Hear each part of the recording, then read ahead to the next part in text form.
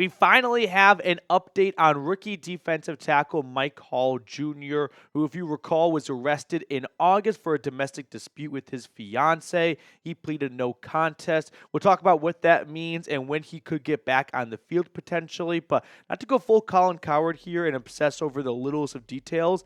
Wearing ripped jeans to court is certainly a decision, but let's talk about Mike Hall for a little bit now. So he pleaded no contest, like I said, which is not an admission of guilt, but also not accepting you are not guilty. On those charges that we learned about last month with his fiance, where he threw a baby bottle at her head and then allegedly dragged her down the driveway. Now, the judge in Northeast Ohio, Judge Manning, found him guilty and fined him $250, and he also received a 2-year probation. And if he violates that probation anyway, he could receive a 30-day jail sentence. So, what were the details? Just to refresh everyone's memories, he pushed his fiance and threw a baby bottle at her head, according to the victim and her mother, and then he dragged her down the driveway. He punched some holes in walls. The police responded to the scene. Parts of the story and the allegations from the victim could be proven by the police.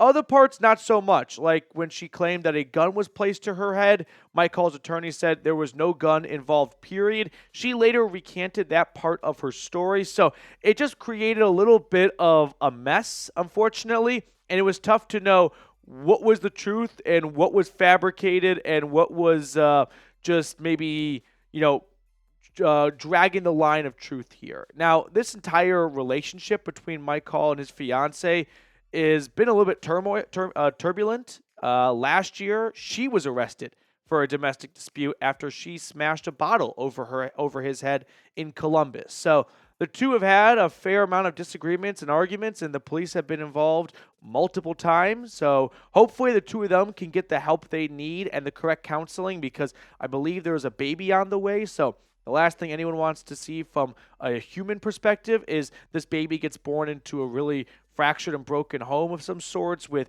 mom and dad not behaving like adults. So hopefully these two can settle all their differences, and if that means splitting apart or staying together, working through it, whatever it is, get the help, get the counseling they need, because the last thing we need is a baby coming into a very difficult situation. Now, when it comes to the X's and O's side of things, when will Mike Hall return?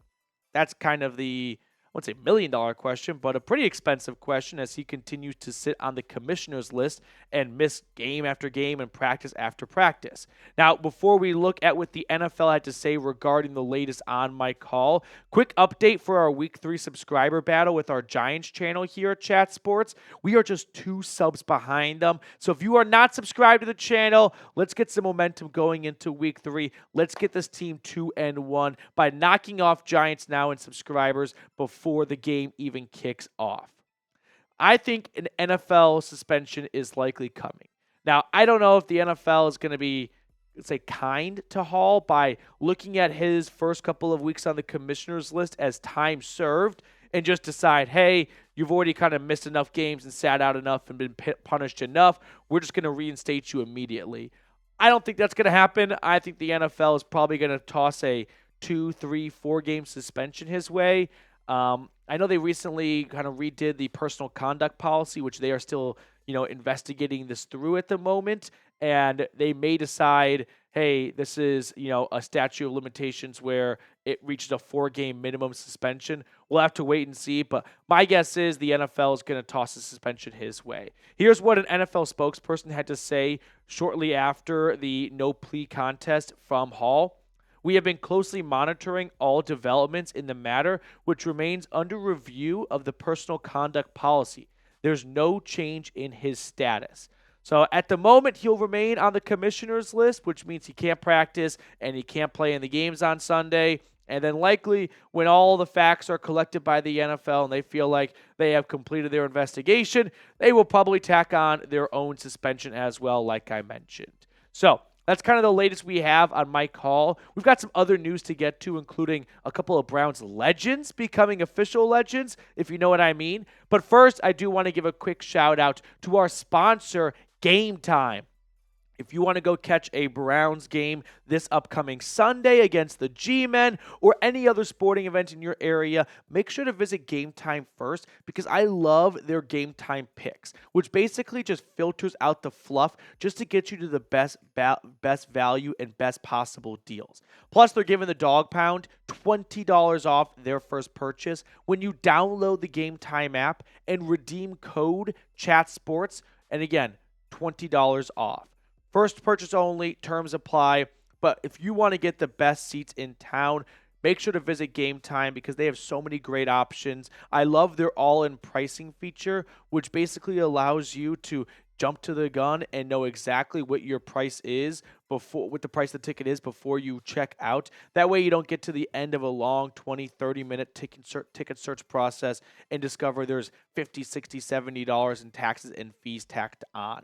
Download Game Time today and redeem code CHATSPORTS for $20 off your first purchase. Terms apply, but again, create an account and redeem code CHAT Sports for $20 off.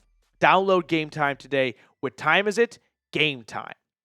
All right, let's talk about a Browns legend or two. Longtime kicker Phil Dawson will be inducted into the 2024 class of Browns legends on Sunday against the Giants, along with fan favorite and longtime voice of the Cleveland Browns up until this season, unfortunately, Jim Donovan, also being inducted into the class. It was super cool. Phil Dawson shared over a Zoom kind of presser, if you will, that he had the honorable opportunity to call Donovan and let him know that the two of them were going to get inducted together this Sunday. So super cool, awesome to see. I know that the entire fan base has been missing Jim this season as he continues to battle health issues, and Andrew Siciliano has filled in on the radio play-by-play. So it's going to be great to have Donovan back in the stadium. Hopefully the team can give both of those legends a big win. I mean, both of those guys, if you just think about their careers with the Browns,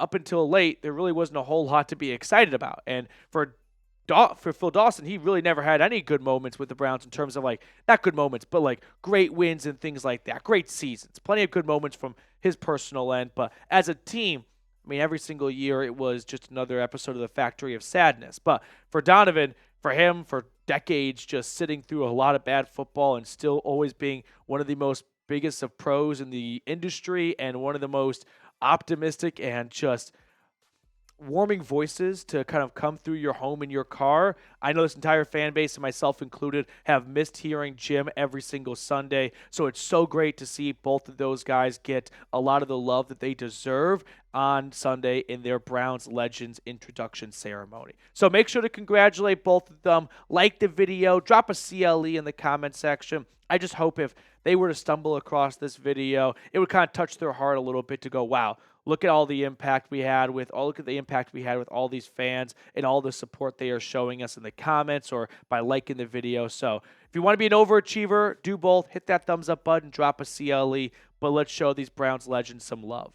Now, I do want to give a quick shout out to the Brown and Orange Club before we wrap up today's video with a few other items on our agenda. Tim Green, Mr. Dibble, Jeremy Stallman, Slow But Sure, David Botner, Jared Brandt, James Harper, Papa T, Joseph DePorte, Mike, Ray Bidding, Dr. No, Eli Green, John Porter, and Scorpion. Big shout out to all of you for being a part of the Brown and Orange Club. If you would like to get a shout out on a future episode of the Cleveland Browns Report, send in a $50 super chat and we'll toss your name on screen all season long.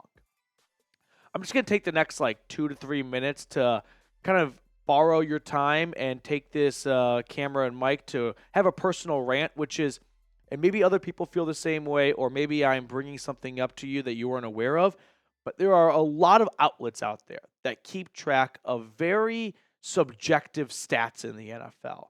Sacks, for one, right? Is it on the quarterback? Is it on the left tackle? Okay. Pressures. Did the defensive end really pressure the quarterback? Yards and receptions, those can be calculated black and white. Other things are a little bit more gray.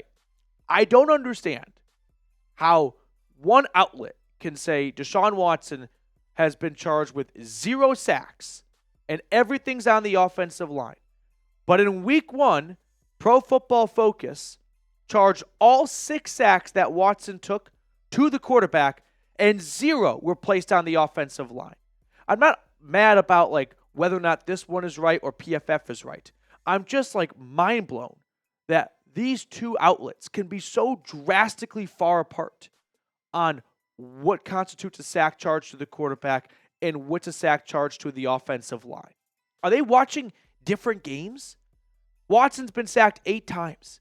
How can one outlet say 0 of them are on Deshaun Watson and another one say every single one in week 1 was on Deshaun Watson? Again, I'm just kind of having a personal rant, but I figured this would be a good spot to do it because if I'm feeling this way, there's a good chance people watching right now are as well. So I don't know what the action we need to take is, but there needs to be some level of uniformity across all these different outlets for these subjective stats they calculate. And sure, maybe 1 sack you guys disagree on, but 6 sacks? How can 6 sacks in one eyes be all on the quarterback and another set of eyes all on the offensive line? That's my TED Talk. All right. Hopefully we can get a little bit more, just consistency across the board. Now, before we go, just a quick plug here. Follow me on Twitter because I'm always kind of responding and, replying to people's DMs when they're asking me about the Browns and whatnot. So shout out to longtime viewer Miami Mac early this morning, by the way. The Giants should tank for 2 more seasons and get another Manning back there. Browns taking the dub this week. I was thinking about this walking to work, Mac, and one of my friends who's a Texas fan texted me about this because he saw I replied to your tweet. There is a 100% chance that if Arch Manning is on the board when the Giants are on the clock, they are taking him, regardless of the other quarterbacks in that draft class. I love my Tennessee quarterback, Nico, and even if Nico is better than Arch Manning from all opinions and all analysts, I just feel like the Giants ownership is just going to come in and go, we're making this selection. We want more of Eli because we saw how great that was and how stable it was for us as a franchise and how unstable we have been ever since he retired. So Arch Manning, you're a Giant as long as you are there when the G-men are on the clock. Christian Wyatt, will the Browns be the only team in the AFC North that can take down the Chiefs?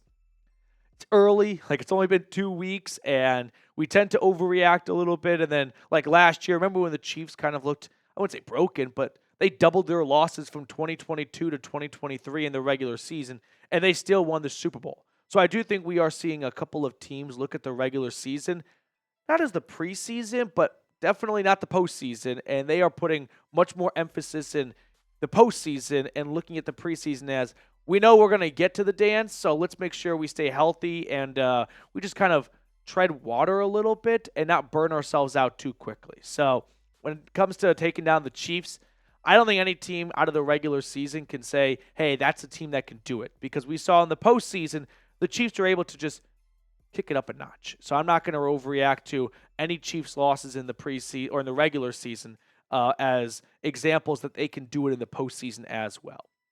But once again, follow me on Twitter at Matthew Petey if you ever have a Browns question. My DMs are always open. I'm always replying to people, so don't be a stranger, and I'll see you all later.